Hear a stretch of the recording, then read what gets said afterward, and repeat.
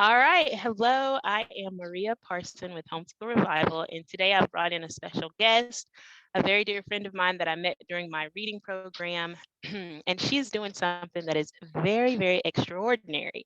She is a public school mom who homeschools after school and on the weekends. And so I called her in today to tell us a little bit about how she does that.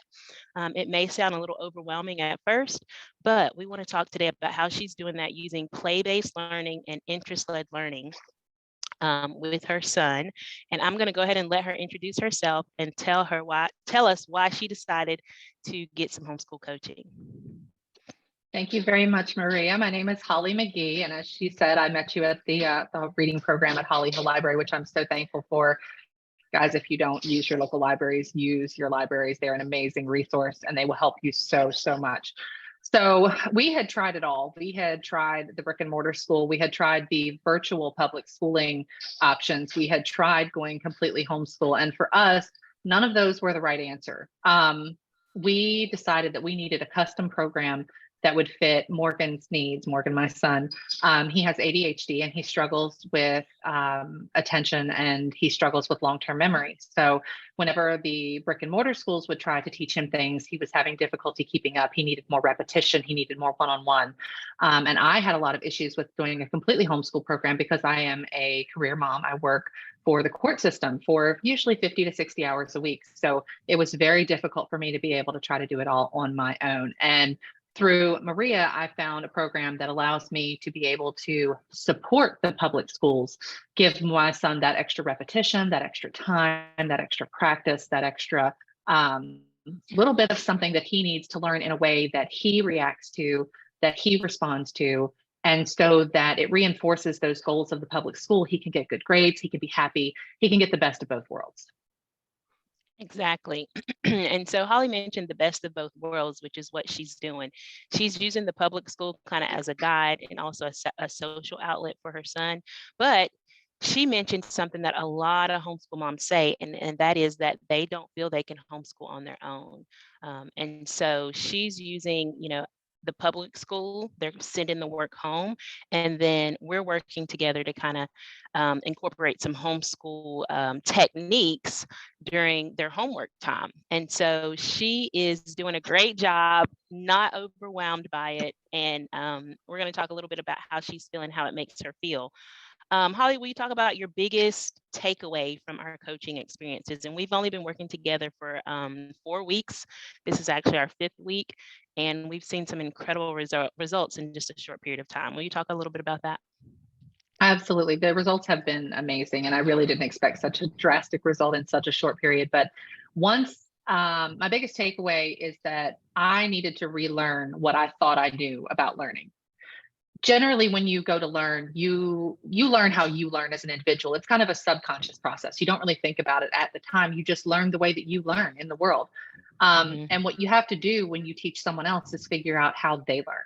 And so it becomes a very outward, outside of you process. I needed to learn how Morgan learned, and I had to let Morgan teach me what he needed in order to be successful in learning. So, for example, I'm a very type A personality. I'm a very visual learner, and all of those strategies that I knew and all of the tactics that I knew to try to teach Morgan were completely wrong for what Morgan needed. And he wasn't, of course, adaptive or receiving those ideas. And it became very frustrating. It became discouraging. He didn't want to participate in those things because he wasn't enjoying the learning experience. And, I was like, how can I help him learn in a way that will help him? So the biggest takeaway was to basically forget what I thought I knew and listen to my child. When my child was showing progress or showing promise, what was I doing different? How could I adapt those skills into other subjects so that he could learn across the board? Basically teaching myself how to teach him. It becomes a very introspective process when you go, okay, what am I doing and how is it supporting or how is it not supporting? How is it hurting the learning process? And what can I change so that my child can do differently? That has been such a big thing for me, learning how to teach him in a way that he can learn.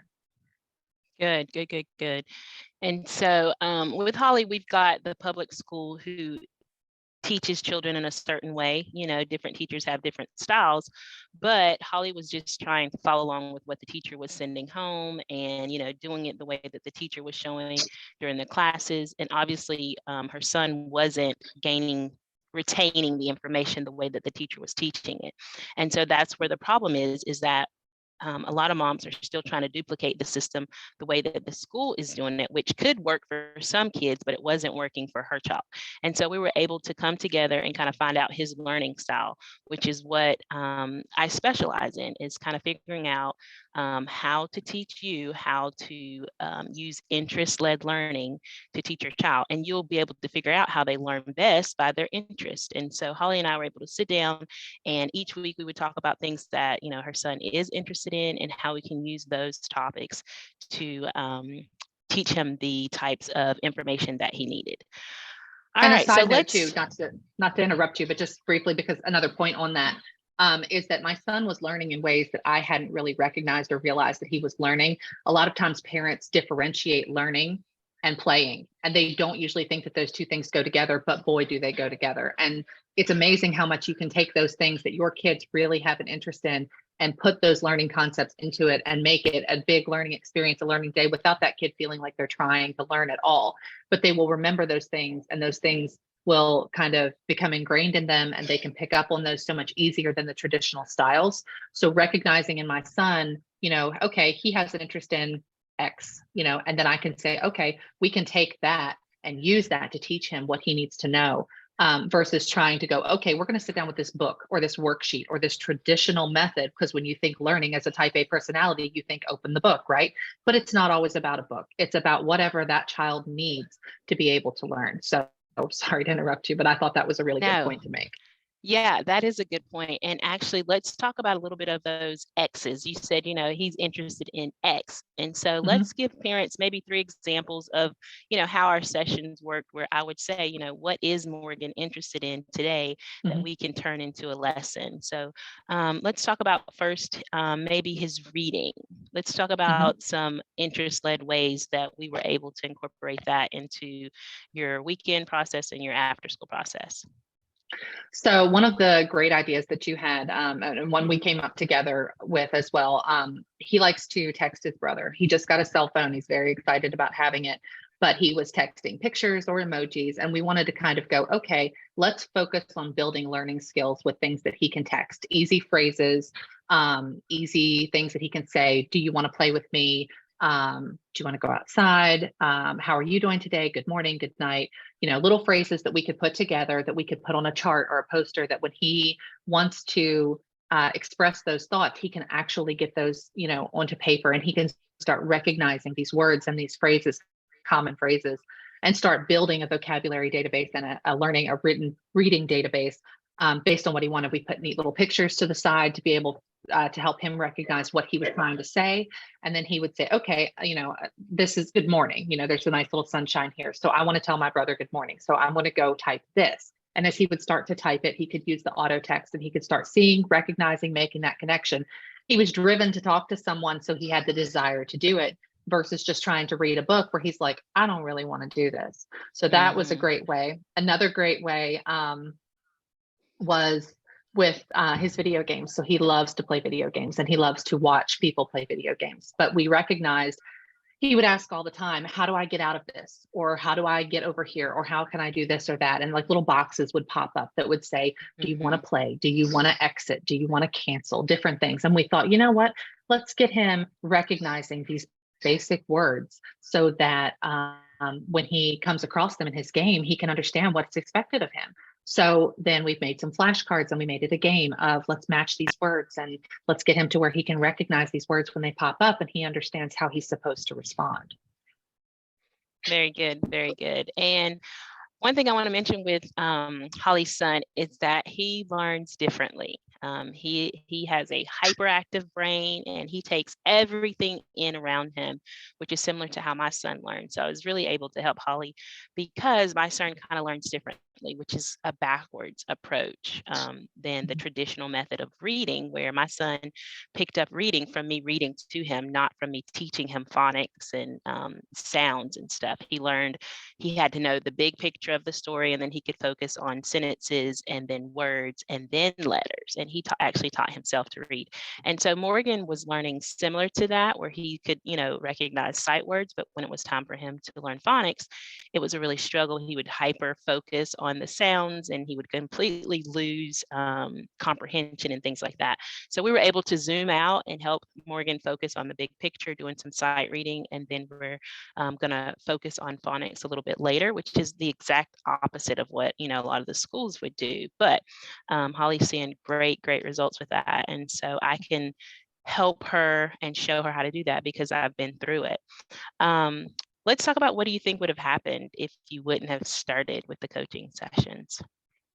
I don't want to think about what would have happened if I hadn't started with the coaching session. So, I know that we were headed down a path nobody was happy with. Morgan was frustrated. Morgan wasn't able to find the right fit. And so every day was, a 3-hour session trying to get through 2 sheets of homework. And every day was frustration and me, probably yelling more than I should, and Morgan crying way more than I wanted him to. And it was just a terrible experience. And we knew something had to change. I think if we had continued down that path, it could have affected our relationship as mother and son. I think it would have affected it. I think it would have made him completely frustrated with learning, to the point where he didn't want to learn things that he even liked to learn because he didn't like the process of learning. And I think he probably would have ended up ultimately failing grades and being pushed behind, and possibly, a long-term, maybe even dropping out or not finishing school. I think it would have, over the long term, been very frustrated. My husband, as a side note, has the same learning issues as my son. And he grew up in a time where the support wasn't offered, and he didn't have the ability to learn differently and then have that support. And so he still to this day has self-confidence problems, and he still has, he will get very upset or frustrated when somebody tries to correct him or tries to help him. He's very reactive because of the experience that he had with learning, and it's affected his, social friendships. It's affected, just a lot of things across the board with his whole life, his work. Definitely. He finally went back and completed college and stuff now that, he and I have been together and we've supported one another, but at the time he couldn't even focus on that. So it's affected his whole life. And I hate to think where a child who isn't supported and doesn't have those resources will end up in the long term. I can't say it'll be anywhere good. It's not something I even would want for him. I'm so happy that we found you in your program, because it's changing his life.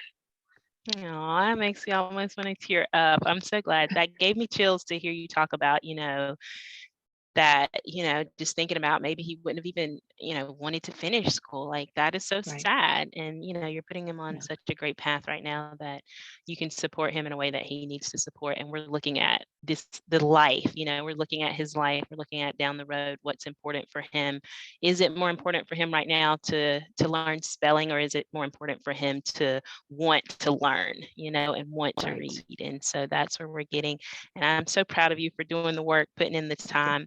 And let's end this conversation with, what would you tell a mom? Talk to her right now that's in a similar situation, struggling with you, considering homeschool, not sure. What would you say to her? I would say a few things. I would say that regrets are a real thing. From somebody who's made mistakes in the past. I think everybody's made mistakes in the past. We know how long you can live with regrets. They stick with you forever. They're not a good thing to have, and they're especially not a good thing to have when it comes to your children. And I would say that yesterdays aren't relivable. You don't get do-overs. You don't get the chance to go back and change it.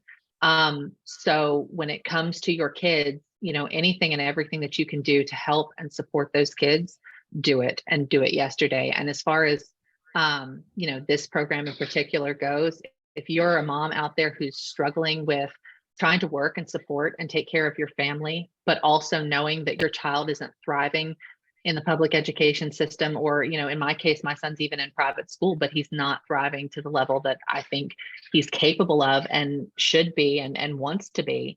This is a great way to support them in a way that's playing. So you're getting the social interaction of spending time with your kids. You get to play games with them. You get to build a good relationship and connection with them, and they get to learn, and they get to be less frustrated. They get to be less upset during the school week when they can't figure out how to do their homework. They can come in and go, you know what, I'm confident today and I feel good about today. And I know mom has my back and I know that together we're going to do this. So there's nothing to lose at all and everything to gain by sitting down with you, learning some methods, learning a new way to learn and to teach and support your kids. One of my favorite phrases is, I'm not young enough to know everything. And I like that. so when I think about it, it's like I'm no longer young enough to know everything. I understand the value of learning and I understand the value of learning your entire life. And even though I'm a mom of 3 kids, my oldest is going to be 18 in a few weeks. I know that I don't know everything and I don't know everything about parenting and learning and life. So, if you think that you are struggling and that you need some help and your kid needs some help, by all means, reach out, get that help. And this is a great, great, great program. Thank you so much, Holly. I am so impressed with your work, and I look forward to Thank you. seeing Morgan thrive and grow. And I can already see his personality, just his confidence and everything, just glowing. So I'm excited about his future. Thank you for joining me today, and I'm gonna wrap this up. You guys, we appreciate you being here. Thank you. Thank you. All right.